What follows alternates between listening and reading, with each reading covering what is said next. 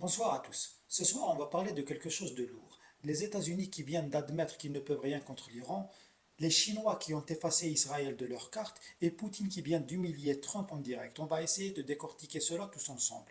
Marco Rubio admet que face à un Iran nucléaire fermant le détroit d'Ormuz, les États-Unis ne peuvent rien faire. Or, l'Iran a fermé sans posséder la bombe nucléaire. La question qui se pose, est-ce que les Iraniens possèdent réellement la bombe nucléaire et les États-Unis ne veulent pas l'admettre? Ou est-ce que la grande puissance américaine est en train de s'écraser devant les Iraniens qui ne possèdent même pas la bombe nucléaire?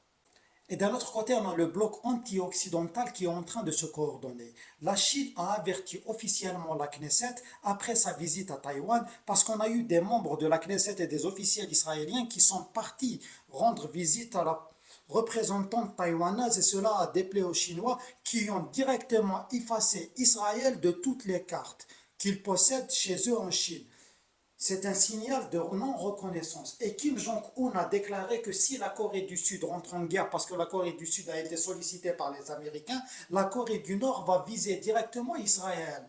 Et l'Iran qui lance un ultimatum aux Émirats. Tu vas me dire comment? Parce que les Émirats ont accusé les Iraniens de les avoir attaqués et maintenant ils sont en train d'accuser les Saoudiens de les avoir attaqués. Et les Iraniens leur ont dit c'est pas nous qui vous avons attaqué, c'est une attaque sous faux drapeau menée par les Israéliens à l'intérieur de votre territoire. Et les Émiratis rétorquent que non, ce n'est pas les Israéliens, c'est les Saoudiens. Hier c'était les Iraniens, aujourd'hui c'est les Saoudiens. Les Iraniens ont averti, s'il y a des représailles face à des attaques qu'on n'a pas commises aux Émirats, la réponse de l'Iran sera brutale face aux Émirats.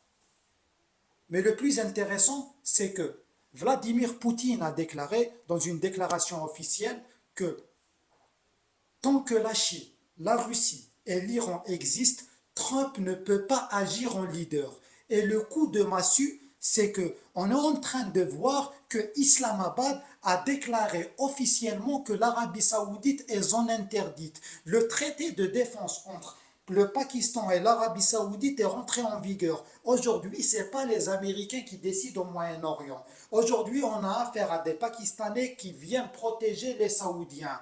La question qui se pose, est-ce que le Pakistan est en train de changer la donne dans cette guerre-là? Ce qu'on est en train de voir, on est en train de voir que ce n'est pas juste une guerre militaire, c'est une guerre narrative, une guerre d'influence où les USA sont en train de tout perdre sur tous les fronts. La Chine, la Russie, l'Iran, la Corée du Nord, ils sont en train de parler d'une seule voix. Et tout ça, les médias mainstream ne le disent pas.